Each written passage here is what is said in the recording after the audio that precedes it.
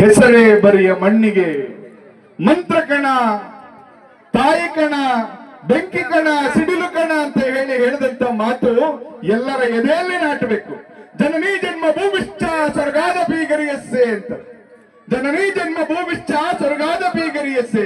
ನಮ್ಮ ಹೆತ್ತಿರ್ತಕ್ಕಂಥ ತಾಯಿ, ನಮ್ಮನ್ನು ಹೊತ್ತಿರ್ತಕ್ಕಂಥ ಈ ನೆಲ ಎರಡು ಸ್ವರ್ಗ ಸಮನಾದಂಥದ್ದು. ಹಾಗಾಗಿ ತಾಯ್ನಾಡಿನ ಋಣವನ್ನು ತೀರಿಸಬೇಕು ಅಂತಂದ್ರೆ ಯಾವಾಗಾದ್ರೂ ನಾವು ಕನ್ನಡದ ಭಾಷೆಯ ಮೇಲಿನ ಅಥವಾ ಕನ್ನಡದ ನೆಲದ ಮೇಲಿನ ಋಣವನ್ನ ತೀರಿಸಬೇಕು ಅಂತಂದ್ರೆ ಈ ಸಮಾಜಕ್ಕೆ ಏನಾದ್ರು ಒಳ್ಳೇದು ಮಾಡಬೇಕು ಅನ್ನೋ ನಿಟ್ಟಿನಲ್ಲಿ ಕನ್ನಡದ ಕಾರ್ಯಕ್ರಮ, ಕನ್ನಡದ ಹಾಡುಗಳು, ಕನ್ನಡದ ಭಾಷೆ, ಕನ್ನಡದ ಬಾಂಧವ್ಯ, ಕನ್ನಡದ ಮನಸ್ಸುಗಳನ್ನ ಪ್ರೀತಿಸುವಂತ ಕೆಲಸ, ಕನ್ನಡಕ್ಕೋಸ್ಕರ ದುಡಿದಂತವ್ರಿಗೆ ಸ್ಮರಿಸುವಂತ, ಕನ್ನಡದ ಪ್ರಶಸ್ತಿಗಳನ್ನ ಕೊಡುವಂತ, ಗುರುತಿಸುವಂತ ಕೆಲಸ ಮಾಡ್ತಾ ಇದ್ದಾರೆ ಇಂಥ ಸಣ್ಣ ವಯಸ್ಸಿನ ಯುವಕರು.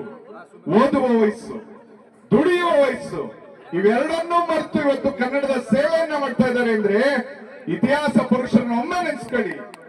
ಇತಿಹಾಸ ಪುರುಷನ ಒಮ್ಮೆ ನೆನೆಸ್ಕೊಳ್ಳಿ. ಇದೇ ಕಿತ್ತೂರಿಗೆ ಕಟ್ಟಕ ಬಂದಂತಹ ಸಂದರ್ಭದಲ್ಲಿ ತಾಯಿ ನಾನು ನಿಮ್ ಜೊತೆಗಿದ್ದೇನೆ, ಎದುರುಬೇಡಿ, ಈ ನಾಡಿನ ಬ್ರಿಟಿಷರಿಂದ ನಾವು ರಕ್ಷಿಸ್ತೇವೆ, ಸ್ವಾತಂತ್ರ್ಯವನ್ನ ಪಡ್ಕೊಳ್ತೇವೆ ಅಂತ ಹೇಳಿ ಬ್ರಿಟಿಷರ ಭಾರತ ಬಿಟ್ಟು ತೊಲಗಿ, ಬ್ರಿಟಿಷರ ಭಾರತ ಬಿಟ್ಟು ತೊಲಗಿ ಅಂತ ಹೇಳಿ ಅವತ್ತಿನ ಸ್ವಾತಂತ್ರ್ಯಕ್ಕೋಸ್ಕರ ಹೋರಾಟ ಮಾಡಿದಂತ, ತನ್ನ ಪ್ರಾಣವನ್ನೇ ಕೊಟ್ಟಂತ ಯುವಕ ಯೋಧ ವೀರ ರಾಯಣ್ಣ ಅಂತವರ ಸಾಲಿಗೆ ಇವತ್ತು ಆದರ್ಶ ವ್ಯಕ್ತಿಗಳಾಗಿ ಕಾಣುವಂತ ಹುಡುಗರು ನಮ್ ಕಣ್ಣಿಗೆ ಕಾಣ್ತಾ ಇದ್ದಾರೆ.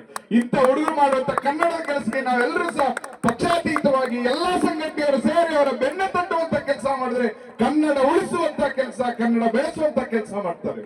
ಈಗಾಗಲೇ ನಾವು ಹೇಳ್ತೇವೆ, ಸುವರ್ಣ ಸಂಭ್ರಮದ ಸಂದರ್ಭ ಕರ್ನಾಟಕ ಅಂತ ನಾಮಕರಣ ಆಗಿ 50 ವರ್ಷಗಳಾಯ್ತು. ಈ 50 ವರ್ಷದಲ್ಲಿ ನಾವು ಹೇಳ್ತಕ್ಕಂಥದ್ದಿಷ್ಟೇ, ಹೆಸರಾಯಿತು ಕರ್ನಾಟಕ, ನಿಮ್ಮೆಲ್ಲರ ಉಸಿರಾಗಲಿ ಕನ್ನಡ ಅನ್ನೋ ನುಡಿಯೊಂದಿಗೆ ಇವತ್ತು ನಾವು ಯಾವುದೇ ಜಯ ಕನ್ನಡ ಸಂಘಟನೆಯವರು ಅಥವಾ ಕನ್ನಡಿಗರು ಯಾವುದೇ ಭಾಷೆಯ ವಿರೋಧಿಗಳಲ್ಲ, ಯಾವುದೇ ಭಾಷೆಯ ವಿರೋಧಿಗಳಲ್ಲ. ಕನ್ನಡಕ್ಕೆ ಜ್ಞಾನಪೀಠ ಪ್ರಶಸ್ತಿ ತಂದು ಕೊಟ್ಟಂತ ಮಹಾನ್ ವ್ಯಕ್ತಿ ಬೇಂದ್ರೆ. ಬೇಂದ್ರೆಯವರ ಮಾತೃಭಾಷೆ ಮರಾಠಿ. ಅವರ ಮರಾಠಿಗರಾದ್ರೂ ಸಹ ಕನ್ನಡವನ್ನು ಪ್ರೀತಿಸಲು ನಾವು ಕನ್ನಡಕ್ಕೋಸ್ಕರ ಇವತ್ತು ಬೇಂದ್ರೆಯವ್ರನ್ನ ಇಲ್ಲಿ ಹೃದಯದಲ್ಲಿ ಇಟ್ಕೊಂಡಿದ್ದೀವಿ ಅಂತಂದ್ರೆ ಇಲ್ಲಿ ಭಾಷೆಯ ವಿಚಾರ ಅಲ್ಲ. ಅವರು ಕನ್ನಡವನ್ನ ಪ್ರೀತಿಸಿದ್ರು, ನಾವು ಅವ್ರನ್ನ ಪ್ರೀತಿಸ್ತಾ ಇದ್ದೇವೆ. ಮಾಸ್ತಿ ಕನ್ನಡದ ಆಸ್ತಿ ಅಂತ ಹೇಳ್ತೇವೆ. ಮಾಸ್ತಿಯವರ ಮಾತೃಭಾಷೆ ತಮಿಳು.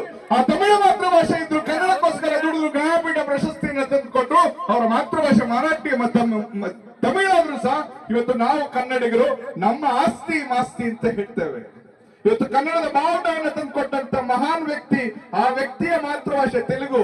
ಅವ್ರು ತೆಲುಗುನವರಾದ್ರೂ ಸಹ ನಾವೆಲ್ಲರೂ ಸಹ ಇಡೀ ಬೀದಿ ಬೀದಿಯಲ್ಲಿ ಕನ್ನಡದ ಬಾವುಟವನ್ನು ರಾರಾಜಿಸ್ತೇವೆ, ಅವ್ರನ್ನು ಸ್ಮರಿಸ್ತೇವೆ.